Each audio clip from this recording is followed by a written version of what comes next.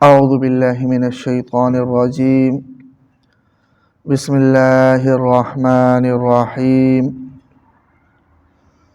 والمحصنات من النساء الا ما ملکت ایمانکم کتاب اللہ علیکم وأحل لكم ما وراء ذلكم أن تبتغوا بأموالكم محصنين غير مسافحين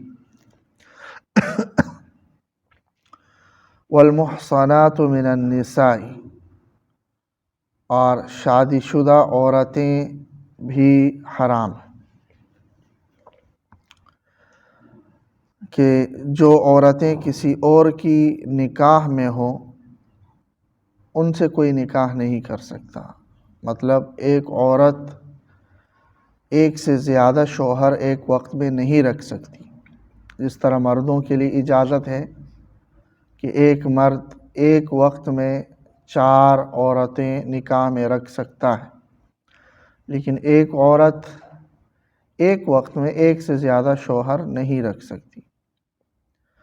جو عورت کسی کے نکاح میں ہو اس سے کوئی اور نکاح نہیں کر سکتا، وہ بھی محرمات میں شامل ہے، لیکن یہ محرمات ابدیہ میں نہیں ہے، یعنی ہمیشہ ہمیشہ کے لیے حرام نہیں ہے۔ ظاہر ہے اس شوہر نے اگر اپنی بیوی کو طلاق دے دی اور عدت اس کی گزر گئی تو کوئی اور اس کا نکاح ہو سکتا ہے۔ تو شادی شدہ عورتیں حرام ہیں الا ما ملکت ایمانکم، سوائے لونڈیوں کے، باندیوں کے، کہ اس کو مستثنا قرار دے دیا۔ یعنی اگر کوئی عورت ایسی ہو کہ جو جنگ کی صورت میں لونڈی اور باندی بن کر مسلمانوں کے پاس آئی ہو تو دارالحرب میں اس کا شوہر ہے، لیکن دارالحرب سے دارالاسلام میں آنے سے ہی اس کا نکاح ختم ہو جائے گا۔ یہ نہیں کہا جائے گا کہ اس کا شوہر تو دارالحرب میں موجود ہے تو یہ بھی شادی شدہ عورت ہے لہٰذا اس سے بھی کوئی نکاح نہیں کر سکتا، بلکہ جو عورت جنگی قیدی بن کر آ جائے تو چاہے تو کوئی مسلمان اس سے نکاح کر لیں اگر وہ کتابیہ ہو، یا اگر وہ تقسیم ہو گئی غنیمت میں تو اس سے استمتاع کیا جا سکتا ہے۔ وہ اس زمرے میں نہیں آئے گی کہ اس کا شوہر دارالحرب میں ہے لہذا اس کا نکاح نہیں ہو سکتا۔ ہاں البتہ اتنا ضرور ہے کہ ایک ماہواری تک کا انتظار کیا جائے گا، ایک ماہواری گزر جائے تو پھر اس سے نکاح کیا جا سکے گا، یا اگر وہ حاملہ ہے تو وضع حمل ہو جائے، حمل کو وہ جن لے تو پھر اس سے نکاح کیا جا سکے۔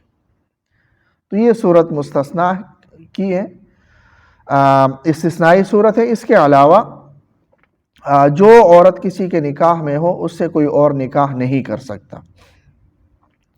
تو والمحصنات من النساء الا ما ملکت ایمانکم، شادی شدہ عورتیں بھی تم پر حرام ہیں سوائے لونڈیوں کے۔ تو یہاں تک محرمات کا بیان تھا جس کا سلسلہ آیت نمبر 22 سے شروع ہوا، وَلَا تَنْكِحُوا مَا نَكَحَ آبَاؤُكُمْ سے، کہ کن کن عورتوں سے نکاح کرنا حرام ہے، ان کا یہاں پر بیان ہوا ہے۔ اس کے بعد فرما رہے ہیں کتاب اللہ علیکم، یہ اللہ تبارک و تعالیٰ کا مقرر کردہ حکم ہے تم پر، یعنی یہ لازم ہے تم پر اور اللہ کی طرف سے مقرر کردہ ہے، اس میں کوئی رد و بدل نہیں ہو سکتا، بلکہ جن عورتوں سے نکاح کرنا اللہ نے حرام قرار دیا ہے وہ حرام ہے اور یہ اللہ کی طرف سے قانون ہے۔ وَأُحِلَّ لَكُم مَّا وَرَاءَ ذَلِكُمْ، اور ان عورتوں کے علاوہ عورتیں تمہارے لیے حلال، جو محرمات بیان کی گئی ان محرمات سے تو نکاح کرنا حرام ہے، ان کے علاوہ عورتوں سے نکاح کرنا حلال ہے، یعنی بیک وقت 4 تک، یہ نہیں کہ 4 سے زیادہ کو بھی ایک ساتھ نکاح میں رکھ لیں، بلکہ وہ قانون پہلے بیان ہو چکا ہے کہ 4 تک بیک وقت ایک نکاح میں رکھی جا سکتی ہے۔ تو ان عورتوں کے علاوہ عورتیں تمہارے لیے حلال ہیں. ان تبتغوا باموالکم، یہ کہ تم تلاش کر لو اپنے اموال کے ذریعے. یعنی ان عورتوں کے علاوہ عورتیں تمہارے لیے حلال ہیں بشرطیے کہ تم مہر ادا کرو. مطلب مہر نکاح کے لیے ضروری ہے. یہ نہیں ہو سکتا کہ کوئی نکاح بغیر مہر کے ہو. اگرچہ اس نکاح میں یہ تک کہا جائے، یہ تک قید لگا لی جائے کہ میں مہر کوئی ادا نہیں کروں گا، پھر بھی مہر ادا کرنا ضروری ہے. تو مہر یہ ضروری ہے نکاح کے اندر، اور کوئی نکاح ایسا نہیں ہو سکتا کہ جو مہر کے بغیر ہو. تو اس کے علاوہ عورتیں تمہارے لیے حلال ہیں کہ تم انہیں اپنے اموال، اور اموال کہہ کر اس سے یہ بھی ثابت ہوا کہ مہر وہی چیز بن سکتی ہے جس کو عرف میں مال کہا جا سکے، چاہے وہ نقدی کی صورت میں ہو یا کسی اور صورت میں ہو، جس کو مال کہا جا سکے وہی مال مہر بن سکتا ہے. تو مہر ضروری ہے. اور یہ کوئی عوض اور معاوضہ نہیں ہے اس خاتون کا، بلکہ یہ نکاح کے اس عمل کے اندر سنجیدگی پیدا کرنے اور اس کو ایک کھیل کود سے بچانے کے لیے یہ مہر ہے. یہ باقاعدہ گواہ ہو، اور جیسے کہ دوسری جگہ ہے کہ خفیہ طور پر نہ ہو، گواہوں کی صورت میں ہو، مہر کی صورت میں ہو، تاکہ یہ نکاح محض ایک کھیل نہ رہے بلکہ ایک وزندار معاہدہ ہو، ایک سنجیدہ معاہدہ ہو. اسی لیے رسول اللہ صلی اللہ علیہ وسلم نے بھی ایک حدیث میں فرمایا کہ ثلاث جدہن جد وہزلہن جد. 3 چیزیں ایسی ہیں کہ وہ اگر آپ مذاق سے بھی کر لیں تو وہ حقیقت ہو جاتی ہے، وہ واقع ہو جاتی ہے، اور حقیقت تو حقیقت ہی ہے. النکاح والطلاق والرجع، نکاح طلاق اور طلاق سے رجوع کرنا. نکاح اگر آپ نے مذاق میں بھی کر لیا تو نکاح واقع ہو گیا. جیسے کہ یہ فلم اور ڈراموں میں کرتے ہیں نکاح، وہ ویسے ہی کرتے ہیں، ایک ڈرامہ ہوتا ہے لیکن وہ نکاح منعقد ہو جاتا ہے. طلاق آپ مذاق میں بھی دے دے تو طلاق منعقد ہو جاتی ہے. تاکہ یہ عمل کوئی کھیل کود نہ رہے نکاح کا، بلکہ ایک سنجیدہ معاملہ بن جائے کہ ولی ہو اس نکاح کے اندر، گواہ ہو اس نکاح کے اندر، اس ایک مہر ہو کہ اتنی مقدار میں شوہر نے ادا کرنا ہے. یہ ایک مہر وہاں پر طے کر لیا جائے اور اس کا عام اعلان ہو.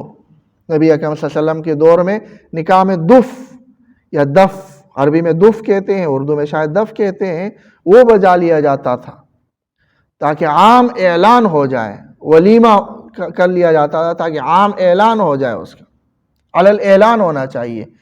یہ نکاح کی روح ہے کہ سارے لوگوں کو پتہ چلے کہ ہاں ان دونوں کا آپس میں نکاح والا تعلق بن چکا ہے، یہ دونوں آپس میں ایک گرے میں بن چکے ہیں، زنا سے امتیاز ہو جائے اس کا. تو اس کے علاوہ عورتیں تمہارے لیے حلال ہیں کہ تم انہیں اپنے اموال سے طلب کرو، محسنین، اس حال میں کہ تم پاک دامنی حاصل کرنے کی نیت ہو، غیر مسافحین، زنا نہ ہو. یعنی ایسا نہیں کہ نکاح میں بھی تو پیسہ دے کر آپ نے ایک عورت سے استمتاع حاصل کرنا ہوتا ہے، تو اگر میں پیسہ دے کر کسی بھی عورت سے زنا کر لوں تو وہ بھی جائز ہونا چاہیے. نہیں، نکاح میں مقصود پاک دامنی ہے. نکاح میں مقصود ایک عورت کو اپنے ساتھ زندگی بھر کے لیے ساتھ رکھنے کا ایک عہد اور ایک معاہدہ ہے.